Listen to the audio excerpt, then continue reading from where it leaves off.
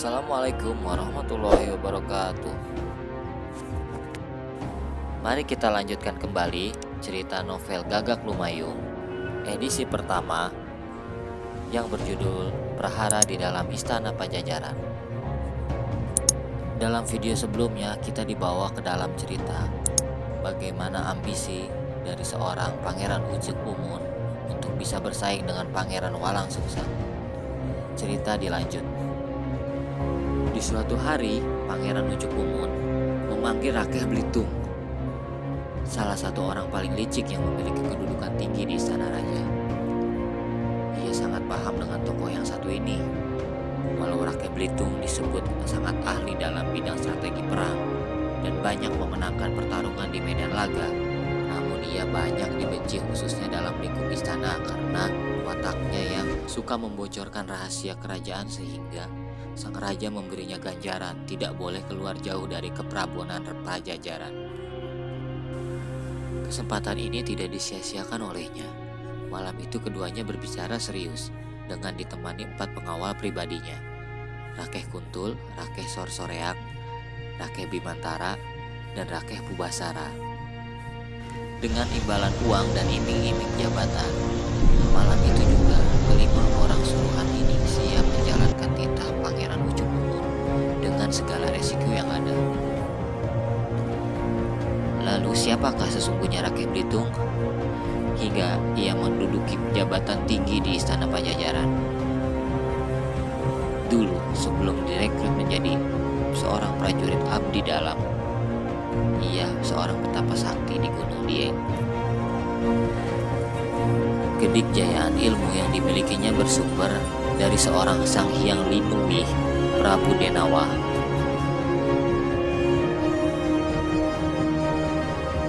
Rakeh Belitung memiliki ilmu rawa rontek dan sulit untuk dibunuh. Tubuhnya akan menyatu kembali tatkala terluka atau terpotong oleh sabetan senjata tajam, kecuali tubuhnya lagi dalam keadaan lemah atau sedang marah besar sehingga emosinya tidak bisa terkontrol. Maka ilmu rawa rontek yang dimilikinya akan sirna dan berujung pada nyawanya sendiri.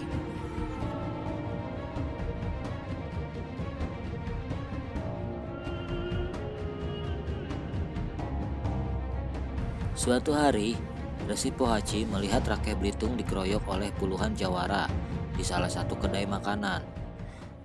Rupanya perkelahian ini dipicu atas keangkuhan gerombolan aliran hitam, Ki Bawuk dan kawan-kawan.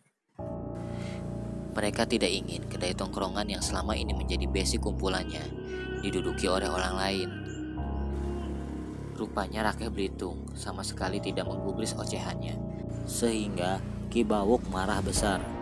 Sebagai ketua aliran hitam yang sangat ditakuti masyarakat sekitar, Ki Bawuk merasa sangat diremehkan. Dengan sifat pongah, ia mulai mendekati dan membikin ulah, menaikkan kakinya secara kasar di atas kursi yang berada di samping tempat duduknya.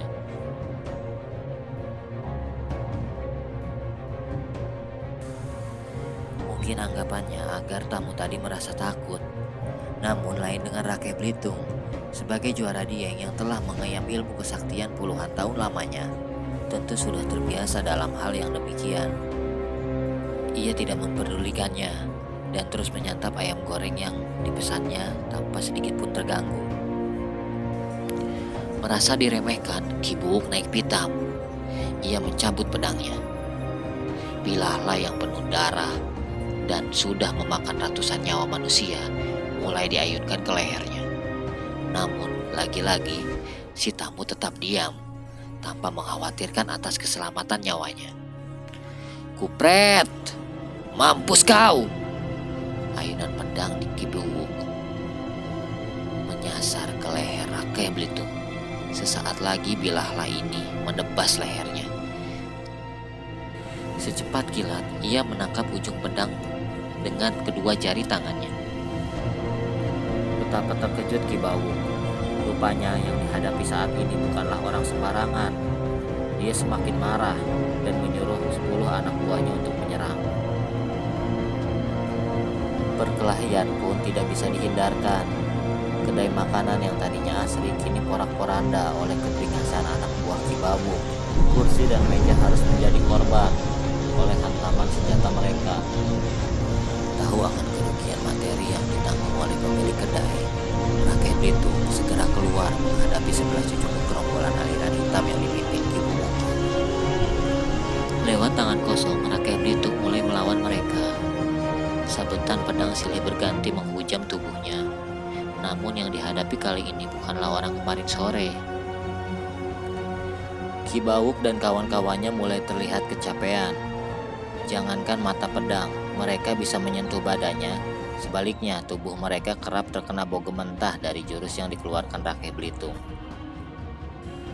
Satu persatu anak buah Ki Buwok tersungkur jatuh terkena jurus ilmu tangan 1000 yang dipelajarinya dari Sang Hyang Dewa Nawa. Terlihat darah segar keluar dari mulut beberapa anak buah.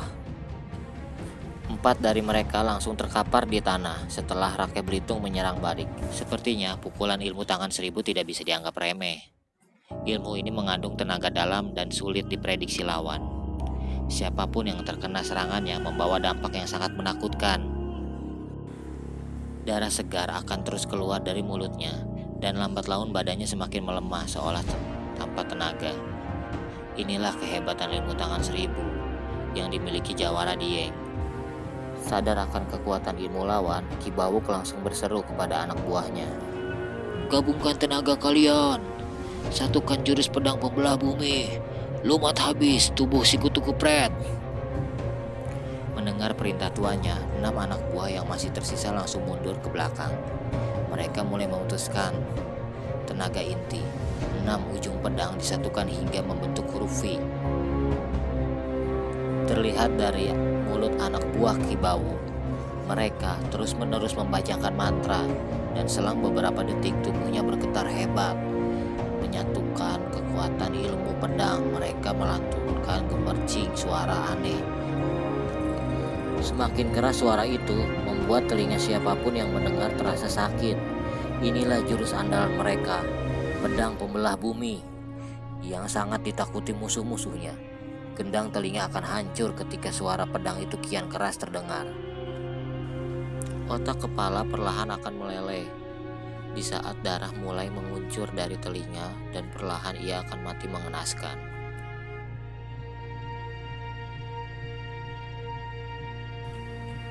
Melihat yang dihadapi mengeluarkan ilmu inti, Rakyat Belitung merubah jurusnya.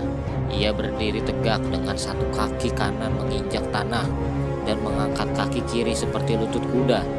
Tubuhnya mulai dialiri tenaga dalam hingga pijakan kakinya tampak ambles ke dalam tanah. Aji Rawa Rontek yang memiliki hawa panas perlahan menyatu dalam tubuhnya.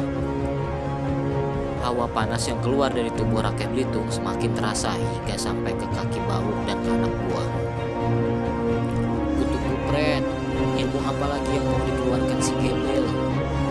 Ki Bawuk was-was. Sebagai ketua aliran hitam Gunung Gede yang sejak lama namanya sudah kesohor di belahan bumi Mataram, tentu ia telah memiliki segudang pengalaman. Melihat kesiapan Rakyat Belitung yang ingin menggunakan ilmu kesaktian tingkat tinggi tidak disia-siakan oleh Ki Bawuk, buru-buru ia memerintahkan anak buahnya untuk menyerang duluan. Jangan sampai mereka kecolongan untuk kedua kalinya. Disinilah kecerdikan Ki Bawuk. Ia sangat jeli mengambil momen yang sangat tepat, di mana saat itu Rakyat Belitung belum seutuhnya memusatkan ilmu kesaktiannya. Mereka dengan cepatnya menyerang duluan. Secepat kilat, Ki Bawuk dan keenam anak buahnya melesat maju laksana cepatnya anak panah. Pedang mereka mulai diarahkan ke tubuh Rakyat Belitung. Sebelum mampu mengelak, pedang Ki Bawuk sudah lebih dulu menebas lehernya hingga kepalanya terpenggal dan jatuh ke tanah. Melihat kesempatan ini, seluruh anak buah tidak menyia-nyiakan waktu. Pedang mereka langsung dihujamkan ke tubuhnya. Sabetan dan tusukan pedang yang diarahkan ke badannya membuat tubuh Rakyat Belitung bersimpahan darah. Betapa girang Ki Bawuk. Ia terus tertawa penuh kemenangan. Dia merasa tidak pernah terkalahkan oleh siapapun yang menjadi musuh-musuhnya. Namun betapa terkejutnya hari itu, Ki Bawuk dan anak buahnya yang sudah melanglang buana selama puluhan tahun lamanya, baru kali ini mendapatkan musuh yang benar-benar tidak masuk akal. Tiba-tiba, tubuh Rakyat Belitung hidup kembali dari kematiannya. Tertawa mereka spontan berhenti, dan kebahagiaan yang mereka tujukan mendadak sirna berganti menjadi rasa ketakutan. Matanya terbelalak, kaget tidak percaya dengan apa yang dilihatnya saat itu. Selama hidupnya ia sama sekali tidak pernah mengalami kejadian yang membuat bulu kuduknya bergidik ngeri. Baru kali ini, wajah Ki Bawuk terlihat pucat pasi. Rupanya ketakutan Ki Bawuk punya sebab. Musuh yang dianggapnya sudah tidak bernyawa kini perlahan bergerak. Leher yang tadinya putus bersatu kembali dengan tubuhnya. Bahkan semua luka akibat sabetan pedang perlahan sirna dan kembali utuh.